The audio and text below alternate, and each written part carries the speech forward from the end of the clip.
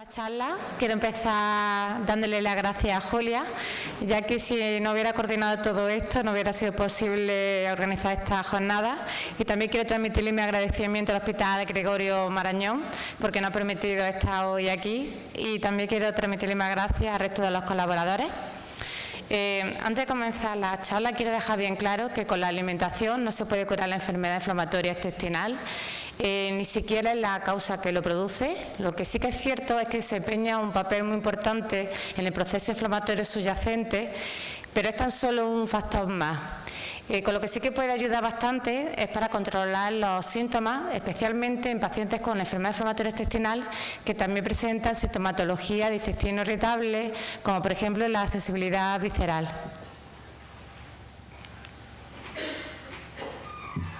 La enfermedad inflamatoria intestinal se caracteriza porque se alterna periodos de actividad, a los que llamamos brotes, con periodos de remisión.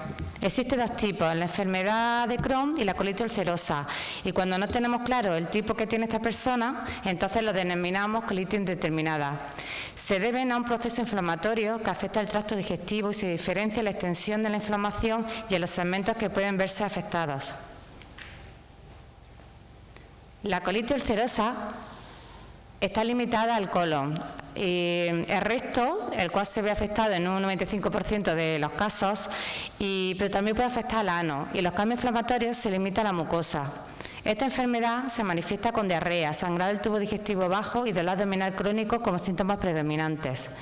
La enfermedad de Crohn puede afectar a cualquier parte del tubo digestivo, desde la cavidad oral hasta el ano, y la inflamación afecta a todas las capas del tracto digestivo.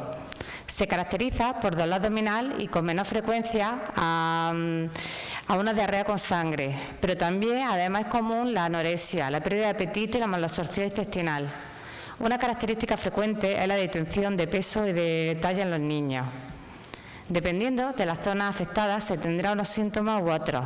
Por ejemplo, si está afectada la zona del recto, entonces se pueden tener síntomas de urgencia para defecar, incluso incontinencia, así como sensación de evacuación incompleta, lo que en terminología médica se conoce como tenesmo. Mientras que si está afectado el colon, se puede sentir dolor abdominal y puede incluso haber sangre en las heces.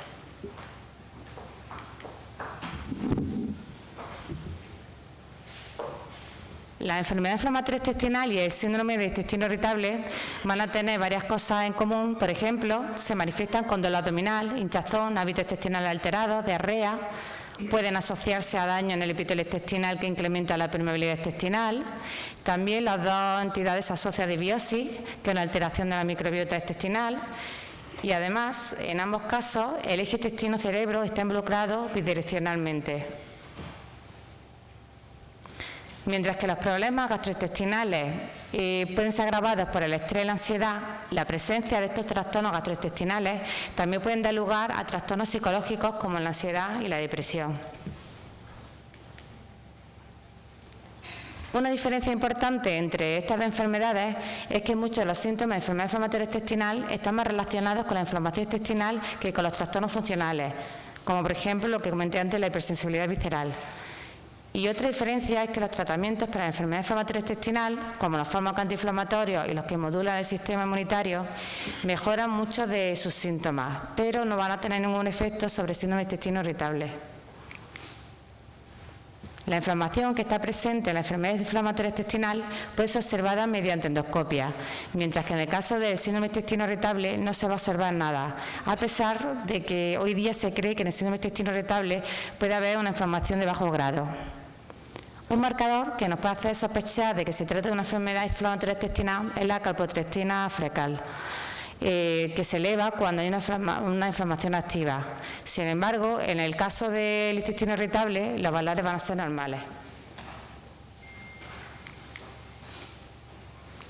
Mientras que las personas con síndrome de intestino irritable no tienen enfermedad inflamatoria intestinal, muchos pacientes con enfermedad inflamatoria intestinal sí que tienen síntomas funcionales gastrointestinales. De hecho, los síntomas relacionados con el intestino irritable son de 2 a 4 veces más frecuentes en personas con enfermedad inflamatoria intestinal que en quien no la padece. Tenéis que tener en cuenta que estos síntomas no responden a las terapias de enfermedad inflamatoria intestinal, pero sí que suelen responder bastante bien a una dieta baja en FODMAP, la cual ya explicaré un poco más adelante. En este estudio se observó cómo las personas con enfermedad inflamatoria intestinal a menudo sufren de síntomas funcionales, como el dolor visceral, incluso en periodo de remisión. Y en un estudio reciente del mismo equipo mostró cómo la exposición al aluminio mediante la dieta también inducía la hipersensibilidad visceral en ratones. Además, este efecto se mantuvo en el tiempo una vez que cesó la exposición. El mecanismo involucrado es la activación de los mastocitos. Aunque la enfermedad inflamatoria intestinal suele relacionarse más con la diarrea, alrededor de un 10% de los pacientes con inflamación del colon pueden presentar estreñimiento al tener afectada el asa izquierda del colon o tener proctitis ulcerosa, que es la inflamación de las membranas del recto. No hay suficiente evidencia científica de calidad respecto al tratamiento nutricional de la enfermedad inflamatoria intestinal, pero lo que está claro es que debe adaptarse a la fase en la que se encuentre la enfermedad, ya que determinará cómo de restrictiva tendrá que ser la dieta y también depende de la parte del tracto digestivo que esté afectada, ya que su función digestiva también estará alterada. Por ejemplo, si se encuentra dañado el intestino delgado, entonces se producirá una mala absorción y una mala digestión y una mala absorción de nutrientes, con lo que aumentará el riesgo de desnutrición. Y al que el colon no esté afectado, los nutrientes no absorbidos interferirán en la absorción del agua, provocando una heces más líquida, incluso diarrea. En la colitis ulcerosa no suele haber problemas de mala digestión, ya que tan solo está inflamado el colon y el intestino delgado funciona correctamente, pero como no puede reciclar el agua, suele haber una diarrea intensa. Aquí tenéis algunas recomendaciones generales para que la comida no siente tan mal. Hay que adaptarse a la fase de la enfermedad y tener en cuenta que aunque no se haya tolerado un alimento durante un brote, esto no quiere decir que no se pueda tolerar más adelante, por lo que se debería ampliar y diversificar la dieta conforme la enfermedad vaya remitiendo. De esta manera evitaré restricciones innecesarias y se reducirá el riesgo de desnutrición. Se debe mantener un horario de comida regular, al igual que para la toma de los medicamentos y los suplementos. Es recomendable hacer comidas frecuentes y con poco volumen, de unas 4 a unas 6 comidas al día. Esto permite tolerar mejor los alimentos, facilitando la digestión y además se mantendrá más energía durante todo el día. Es importante mantenerse incorporado después de comer para mejorar así la digestión y reducir el riesgo de reflujo gastroesofágico. Se debe evitar que los alimentos estén muy fríos o muy calientes, ya que puede irritar la mucosa. Las legumbres son más digeribles si se les quita la piel, ya que ésta contiene principalmente fibra insoluble, a diferencia del resto de las legumbres, que lo que va a contener principalmente es la fibra soluble o fermentable. Por ejemplo, podéis comprar las lentejas rojas, que no tienen piel. También se tolera mejor si se toma en forma de puré y pasadas por un colador tipo chino. Si el ilion está afectado, no se va a poder absorber bien la grasa y esta va a pasar al colon, donde va a actuar como si fuera un laxante, por lo que si el ilion está dañado, habrá que limitar los alimentos grasos para poder evitar la diarrea. Cuando toméis alimentos que contengan bastante almidón, como por ejemplo el arroz o las patatas, es mejor que los cocinéis con agua caliente para que así gelatinice el almidón y sea mucho más digerible. Aunque tengo que hacer aquí una advertencia para los que sufren de problemas fermentativos y tienen muchos gases. Y es que cuando el almidón se enfría, sufre un proceso de retrogradación y se transforma en almidón resistente, el cual puede dar lugar a la producción de muchos gases. Así que se debe tomar estos alimentos antes de que se enfríen. Pero, como ha estado explicando Blas, tenéis que tener en cuenta de que este almidón resistente es un magnífico prebiótico y a partir de él las bacterias forman mucho butirato, que es uno de los combustibles favoritos de la célula del colon y por tanto puede ayudar a regenerar la mucosa. Y además el butirato tiene un efecto antiinflamatorio, por lo que quien sí que puede tolerar este almidón resistente, pues mejor que tome todo el que tolera o el que pueda tomar. Es recomendable utilizar aceite de oliva en lugar de aceites vegetales refinados, ya que producen sustancias proinflamatorias, como el ácido araquidónico. Se debe dar prioridad a tomar pescado, puesto que tiene ácidos grasos omega 3 antiinflamatorios, en lugar de tomar carne, que suele ser más proinflamatoria. Estos son los alimentos que suelen ser más problemáticos en estas enfermedades y puede que haya que limitarlos. Las especias picantes, como la guindilla, el pimentón picante o la pimienta. Tampoco se suele tolerar bien la mostaza, la nuez moscada ni el clavo, a pesar de que, como ha explicado Blas, tiene muchísimos antioxidantes, pero normalmente en estos casos no se suele tolerar. Los pimientos, debido a su contenido de capsaicina, también pueden sentar mal, sobre todo si están fritos.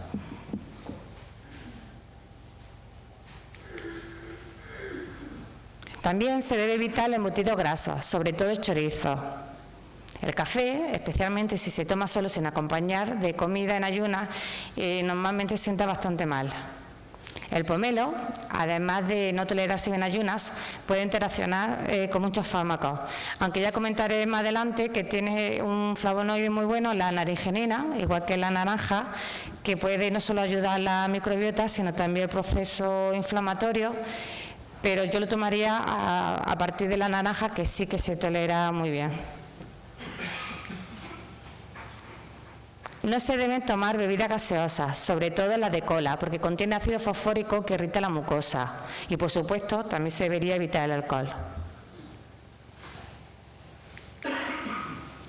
Cuando se ingiere muchos azúcares, se eleva la glucosa en sangre y esto desencadena la liberación de insulina y esta hormona incrementa la síntesis de sustancias inflamatorias.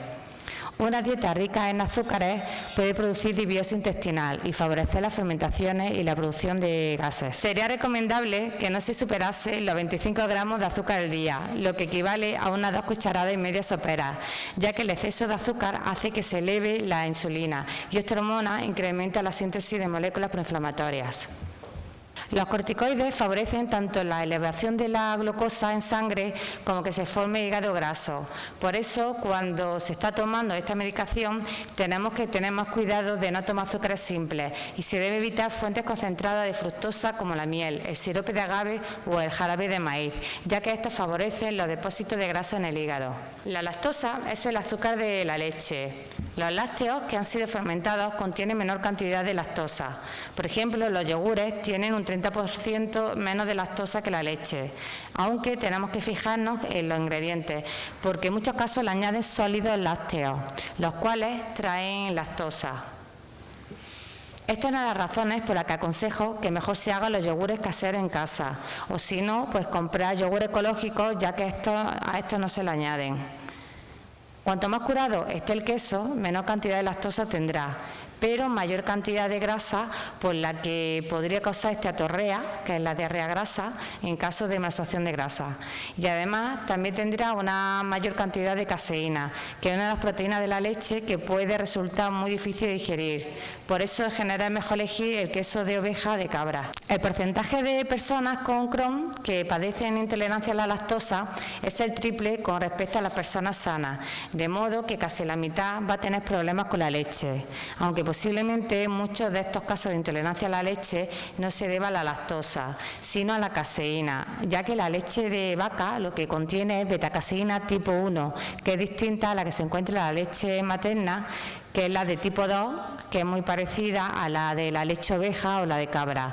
Por eso estas leches se toleran bastante mejor, a pesar de que tan solo contiene un 1% menos lactosa que la de vaca. En la enfermedad de Crohn, al estar aumentada la permeabilidad intestinal debido a la inflamación, pueden entrar algunas proteínas de los alimentos que tienen mucha carga génica y esto puede producir una respuesta inmunitaria. Como la caseína tiene la capacidad de activar nuestro sistema inmunitario, tenemos que ser más cautos a la hora de recomendar la leche de vaca en personas que padecen enfermedades autoinmunitarias debido a su mayor susceptibilidad. Los quesos artesanos curados durante mucho tiempo tienen menos caseína que los industriales. El kéfir tiene menos capacidad inmunogénica, ya que en su segunda fermentación se predigiere parcialmente la caseína. Además, su efecto probiótico ayuda a cortar la diarrea en algunos casos. Un buen aliado para vosotros podría ser el requesón de suero de leche, especialmente si se elabora a partir de leche sin lactosa, ya que este lácteo no contiene caseína. Lo llamo lácteo porque realmente no es un queso. Se obtiene cuando los lactobacilos fermentan el suero que sobra de la elaboración del queso.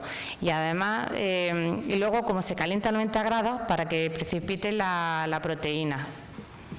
Esta es la razón por la que tiene 4 veces más proteína y 5 veces más calcio que la leche. Es importante leer el etiquetado para estar seguro de que no se ha hecho con leche ni tampoco sal añadida posteriores. Las bebidas vegetales no son equivalentes a la leche, ya que no tienen apenas valor nutricional. La que aporta más nutrientes es la bebida de soja, pero tiene más riesgo de causar reacciones inmunológicas. Además que tiene bastante fructano y galactano y que tiene problemas fermentativos, no lo suele tolerar. Por eso aconsejo que la gente se haga su propia bebida de soja, y es comprar la proteína helada de soja o de guisante, o incluso la whey, la proteína whey, que es la del lactosuero, la puede reconstituir con agua, y ya si quiere lo puede aromatizar con cacao, endulzar con sirope de arroz, dextrosa, que es la glucosa.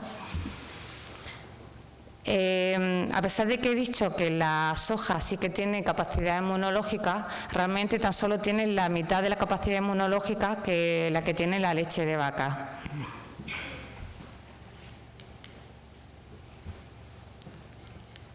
Las bebidas que se toleran mejor son las de arroz, las de coco y almendra.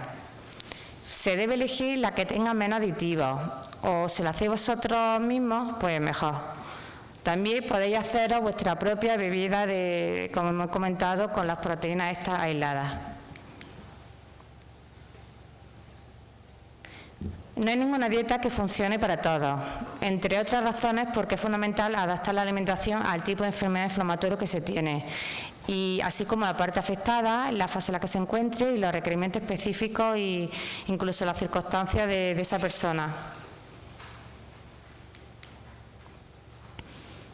Hay varias terapias dietéticas que se utilizan para tratar la fase activa de la enfermedad, pero hoy por hoy no hay suficiente evidencia científica para apoyar estos tratamientos nutricionales, aunque se ha observado que la dieta baja en FODMAPs es la más efectiva para aliviar la sintomatología producida por la enfermedad inflamatoria intestinal, pero no tiene la capacidad de inducir la remisión de la enfermedad, ni tampoco puede mejorar el estado de la mucosa.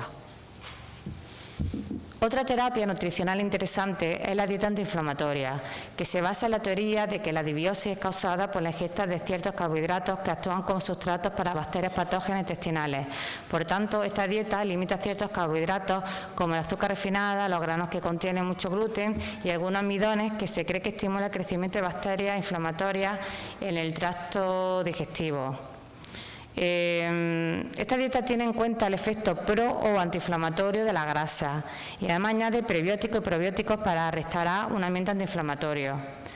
Pero la limitación que tiene esta dieta es que se basa en un estudio con una N muy pequeña, con una muestra muy pequeña de tan solo 40 pacientes con enfermedad inflamatoria intestinal, y sería necesario que se hicieran más estudios y de mejor calidad.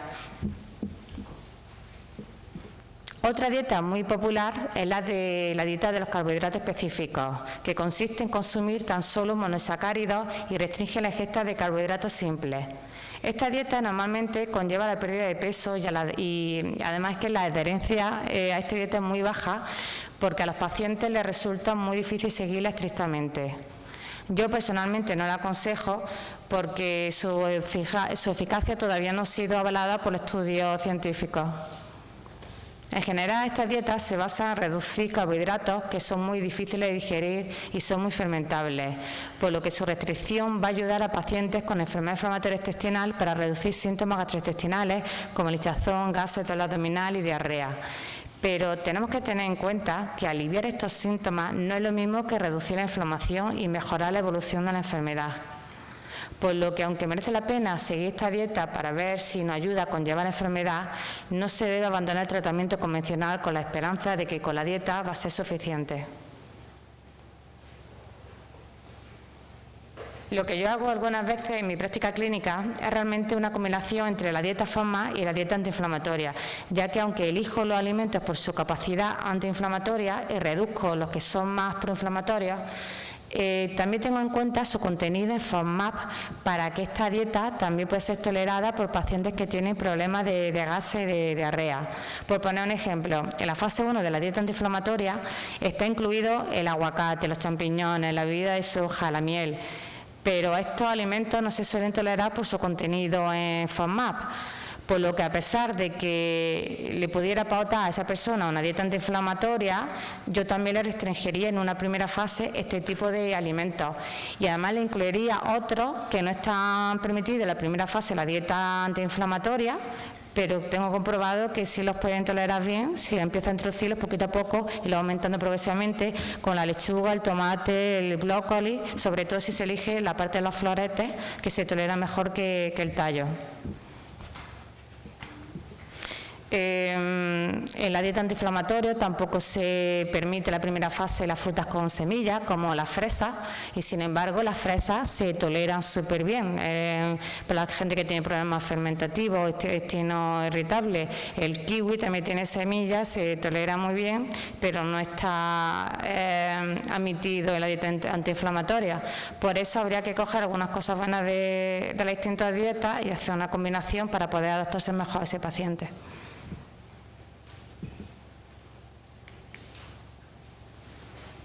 La dieta baja en FODMAP consiste en limitar los carbohidratos que son más fermentables, como la fructosa, la lactosa, polialcoholes como el sorbitol, manitol, oligosacáridos como los fructanos y los galactanos. Esta restricción será tan solo temporal y no debe durar más de 6 semanas, y ya luego se irá reintroduciendo progresivamente este tipo de alimentos. Es importante que la dieta FODMAP esté bien supervisada por un dietista nutricionista para evitar carencias nutricionales y que surjan complicaciones como un agravamiento y estreñimiento en el caso de que se tenga predominio de este. En un estudio se ha observado que la dieta baja en FODMAP mejora la sintomatología de hasta un 70% de los afectados de enfermedad inflamatoria intestinal. Pero no es tan recomendable para los pacientes que tengan predominio de estreñimiento, a no ser que se realicen ciertas modificaciones de la dieta FODMAP.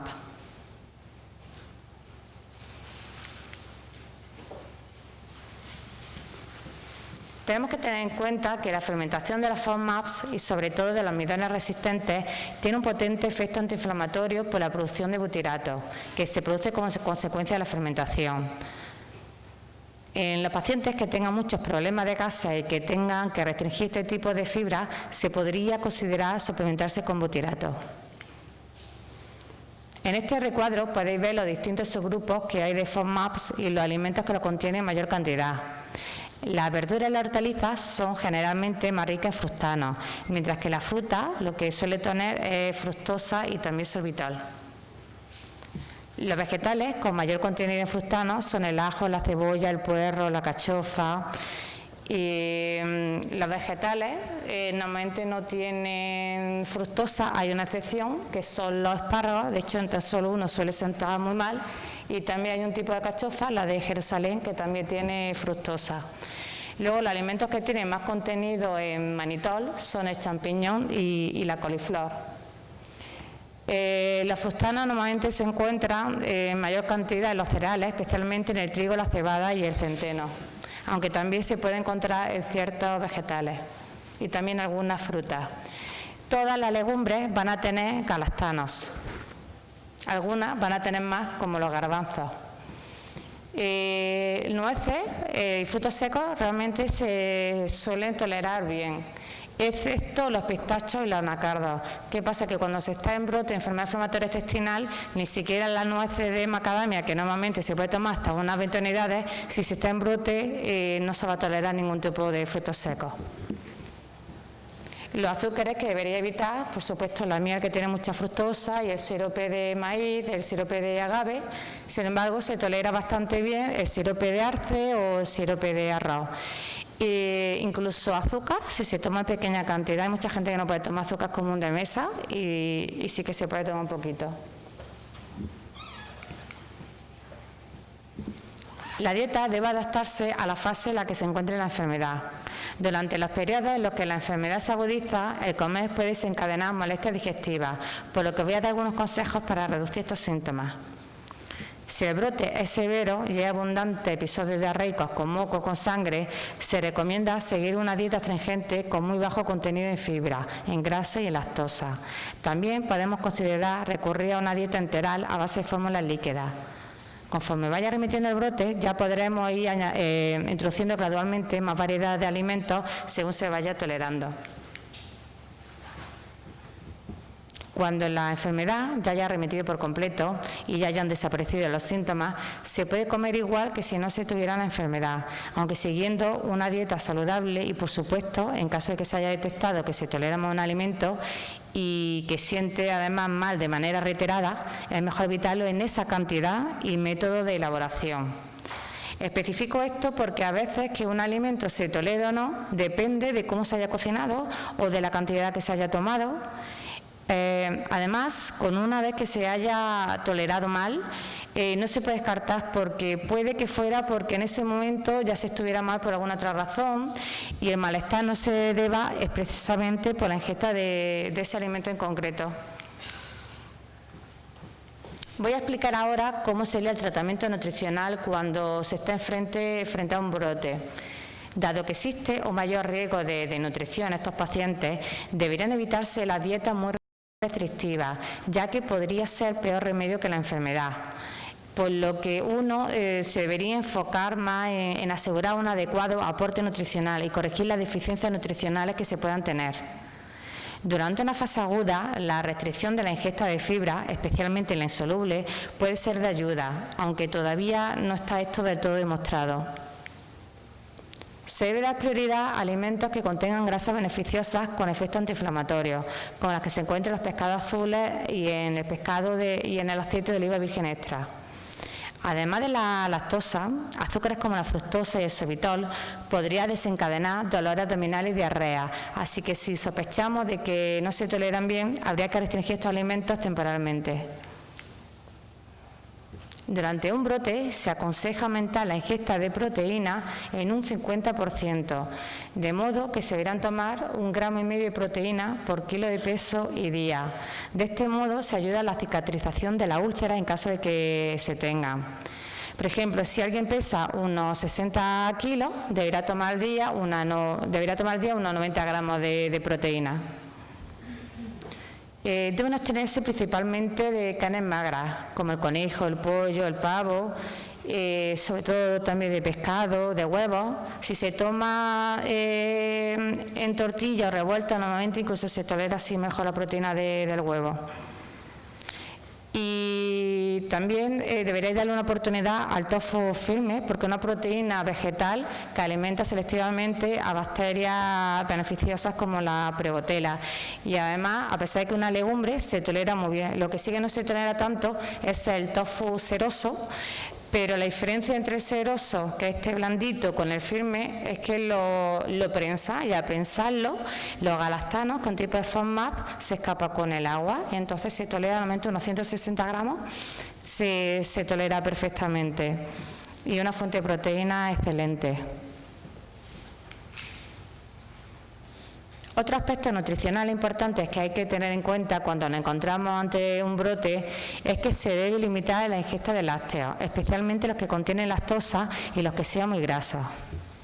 Más adelante, conforme vaya remitiendo el brote, se irán reduciendo progresivamente. Durante un brote se debería evitar el trigo y sus derivados, no solo por el gluten, sino por otras sustancias que contiene como los fructanos, que como no se absorben, luego son fermentados por las bacterias y pueden aumentar los gases.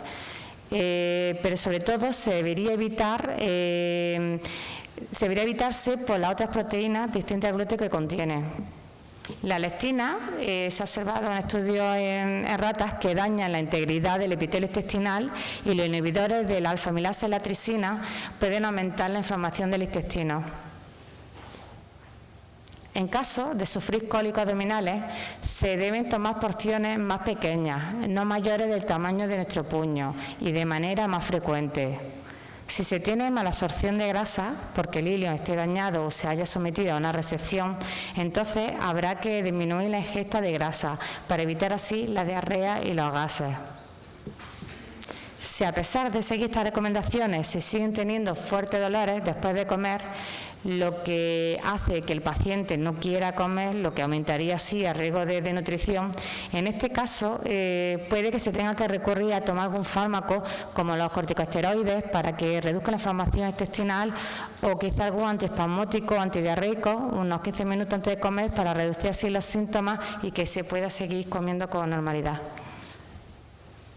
Sería conveniente que se realizara un test del aliento para comprobar si se tiene intolerancia a la lactosa y en el caso de que no se tolere los lácteos, ya que muchas veces se confunden los síntomas de esta intolerancia con los de la enfermedad inflamatoria intestinal. En el caso de que no se tenga intolerancia a la lactosa, hay que considerar que a lo que se tiene intolerancia es a la betacaseína de la leche de vaca. Y antes de retirar los lácteos por completo, merece la pena que se pruebe a ver si se tolera la leche de oveja o de cabra, ya que su caseína es distinta y suele tolerarse bastante mejor. En caso de que haya una estenosis intestinal, que significa que el intestino está estrechado, se debería limitar el consumo de alimentos ricos en fibra, puesto que esto podría provocar dolores abdominales. Alrededor de 2/3 de los pacientes con Crohn que tiene inflamado específicamente el intestino delgado desarrolla una estenosis o una estrechez en el ilion. En estos casos se aconseja una dieta baja en fibra, con pocos residuos o complementada con fórmulas elementales o poliméricas, ya que pueden ayudar a reducir el dolor abdominal. Se debe tener en cuenta que estas estaciones deben realizarse tan solo de manera temporal, hasta que la inflamación que causó la estrechez disminuya, ya sea por tratamiento farmacológico o cirugía correctiva. Hay que intentar que no se restrinja demasiado la dieta para no limitar así la posibilidad de ingerir todos los nutrientes necesarios. En caso de que no se tolere la fibra fermentable, como la que se encuentra en la fruta y las legumbres, porque le produzca a esta persona muchos gases y dolor abdominal, en este caso la dieta FODMAP podría ayudar bastante a controlar estos síntomas, pero es muy importante que esté supervisada por un dietista nutricionista para asegurar que se consumen suficientes nutrientes antioxidantes, incluso fibra, pero de la que seleccionada para que ese paciente lo pueda tolerar mejor. Si la dieta fuera demasiado restrictiva, nuestras células intestinales no podrían contar con efectos beneficiosos del butirato que se forma a partir de estas fibras. Pero bueno, ya hablaré más adelante del butirato en esta ponencia, aunque Blaya también ha dado una buena explicación. Para la colitis ulcerosa podría ser beneficiosa la suplementación con planta gobata, incluso con germinados de cebada, puesto que se ha observado en estudios que al aumentar la producción de butirato por la microbiota va a reducir así la inflamación y puede aumentar el tiempo de remisión de la enfermedad. En el estudio que tenéis señalado como número 1, se les trató a estos pacientes de colitis ulcerosa con un preparado prebiótico de cebada germinada y este produjo una disminución de los índices de actividad clínica y endoscópica en pacientes con brotes de actividad leve moderada que recibía su tratamiento antiinflamatorio habitual. En el estudio que tenéis marcado aquí con el 2, aquí se observó como el psyllium, que es otra manera de llamar a la fibra de planta ovata, o también se puede llamar hispagula, incrementa la expresión de una proteína, la HSP25, que protege al epitelio de una sustancia muy tóxica, el malón de aldehído.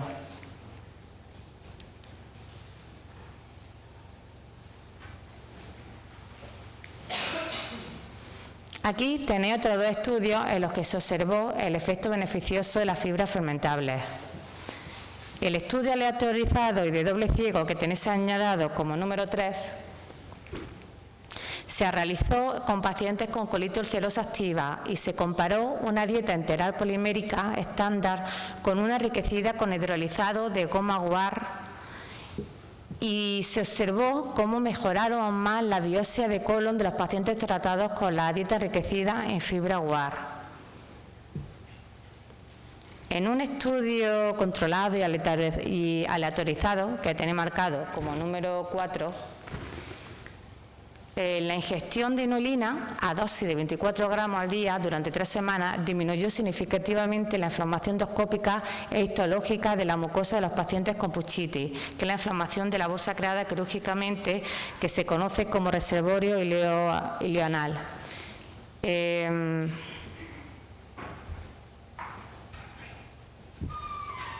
aunque los pacientes con enfermedad inflamatoria intestinal que también presenten sintomatología de intestino irritable posiblemente no van a tolerar, bueno, seguramente no van a tolerar esta dosis de inulina porque produce muchísimos gases, por lo que si se tiene hipersensibilidad visceral difícilmente podrá tolerarse.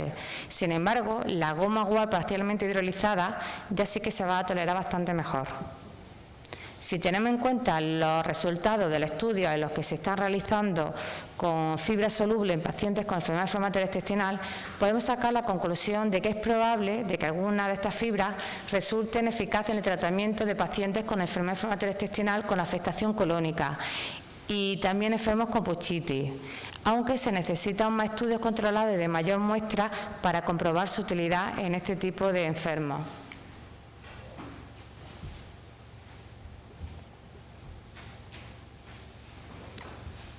La fibra poco fermentable puede llegar a irritar la mucosa, si en el caso de que ésta ya esté sensibilizada. Y en estos casos se aconseja que se utilicen técnicas suaves de cocinado, como por ejemplo el hervido, la cocción al vapor, en lugar de cocinar a la parrilla u otras técnicas que queman la superficie del alimento, ya que esto luego puede irritar aún más la mucosa. La fruta y la verdura fibrosa es mejor que se tomen cocinadas para que así se ablanden estas fibras, y también se debe pelar la fruta, ya que la piel donde se encuentra esta fibra insoluble poco fermentable. Durante un brote de enfermedad inflamatoria intestinal es cuando peor se va a tolerar este tipo de fibras, así que habrá que limitarlas temporalmente hasta que la enfermedad remita. Pero en cuanto vaya disminuyendo la inflamación, se debe reintroducir de forma lenta pero progresiva. Si hay un estrechamiento en el intestino, se deberá limitar la ingesta de fibra insoluble para evitar así el riesgo de obstrucción. También se debe tener en cuenta la precaución de evitar especialmente las fibras que sean muy largas, como por ejemplo las que tienen los mejillones, el espárrago, el apio, las judías verdes, el coco o la piña. También es importante que se beba suficiente agua. La dieta baja en fibra y residuos, lo que más limitan son las frutas crudas, los vegetales, los frutos secos, legumbres y semillas. En caso de síndrome intestino irritable, el tipo de fibra que hay que limitar más es la fibra soluble, porque es la que es más fermentable y da más problemas de gases. Sin embargo, en la enfermedad inflamatoria intestinal es la fibra insoluble la que suele dar más problemas. En este recuadro tenéis una tabla con las frutas y verduras que tienen un mayor contenido de fibra insoluble y por tanto tendréis que restringirla durante un brote. Y aquí a la derecha tenéis las frutas y verduras por las que podríais sustituirlas. Lo que pasa es que los que también tengan sintomatología de intestino irritable tienen que tener en cuenta también el grado de fermentabilidad.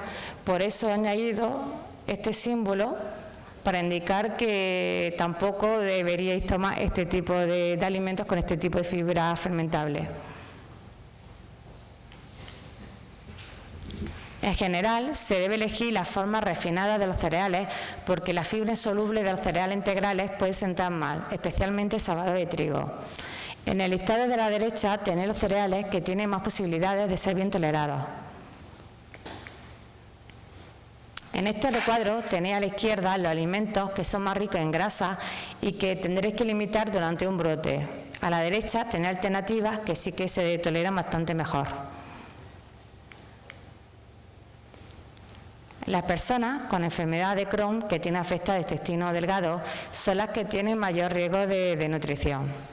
Cuando se está bien nutrido, se mejora la defensa, así como la efectividad del tratamiento farmacológico e incluso la cicatrización de las posibles úlceras en el caso de que las haya. Incluso dependiendo del estado nutricional que se tenga, los síntomas pueden ser más leves o más graves. Además, en niños y en adolescentes, si hay malnutrición, esto puede causar un retraso del desarrollo y del crecimiento. La desnutrición puede deberse a varias causas. Puede haberse producido por no haber tomado suficientes calorías debido a las exacerbaciones de la sintomatología que se producen al comer o a que se esté tomando algún medicamento que quita el apetito. e incluso puede haberse producido por la misma enfermedad, ya que puede hacer que uno se sienta saciado tempranamente y que se tenga digestiones pesadas, lo cual, por cierto, se relaciona más a menudo con la afectación del tracto digestivo superior. Otra causa de desnutrición puede ser la malabsorción secundaria en la inflamación del intestino delgado, ya sea por enfermedad o por haber sufrido una resección quirúrgica. Además, hay un aumento del catabolismo debido a un estado de inflamación crónica de larga evolución. Las personas que tienen Crohn puede que tengan problemas de digestión si su enfermedad está afectando al intestino delgado.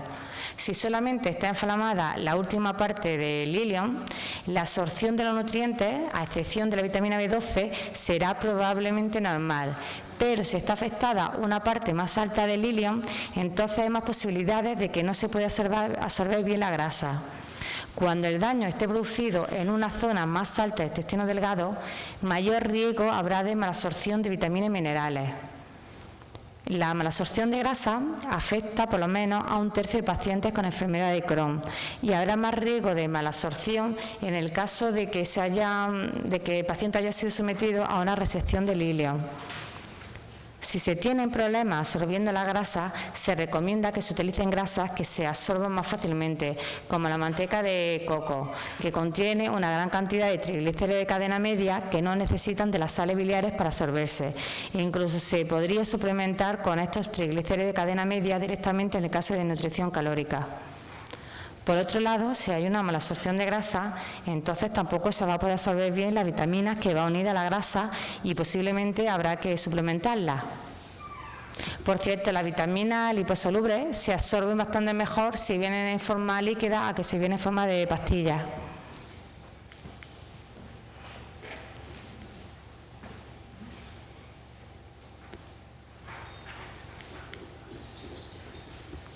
Se debe evaluar si existe alguna deficiencia específica de micronutrientes. Es importante que se corrijan las deficiencias nutricionales para prevenir complicaciones a largo plazo como la anemia o la osteoporosis. Podemos sospechar que el colon está involucrado si la diarrea sanguinolenta es grave o si se acompañan manifestaciones extraintestinales. Sin embargo, cuando la diarrea es el síntoma predominante y no contiene sangre visible o el paciente tiene dedos hipocráticos, que ya explicaré más adelante lo que es, debe sospecharse de que el intestino delgado está involucrado.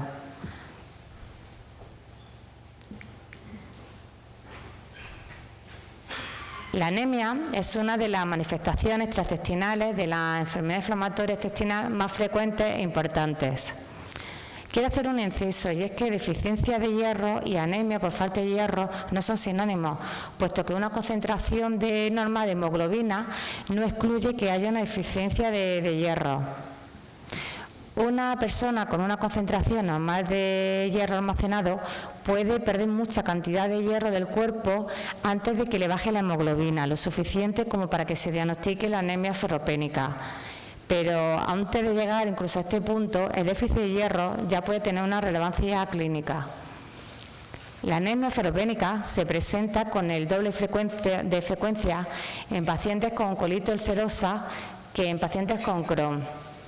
A pesar de que el hierro se absorbe en el duodeno y en el yeyuno, es más frecuente su deficiencia en los pacientes con colitis ulcerosa, los cuales no tienen afectado el intestino delgado. Debido a que, por un lado, en el caso de la colitis ulcerosa, se pierde más hierro por sangrado, pero también, por otro lado, a que los mediadores de la inflamación intestinal, como el factor de necrosis tumoral alfa o el interferón gamma, pueden afectar la formación de glóbulos rojos y el metabolismo del hierro. Vale, este es el final de la primera parte. Luego la segunda hablaré un poco de los suplementos y de otras manifestaciones extradigestivas de la enfermedad inflamatoria intestinal que se relacionan con la alimentación.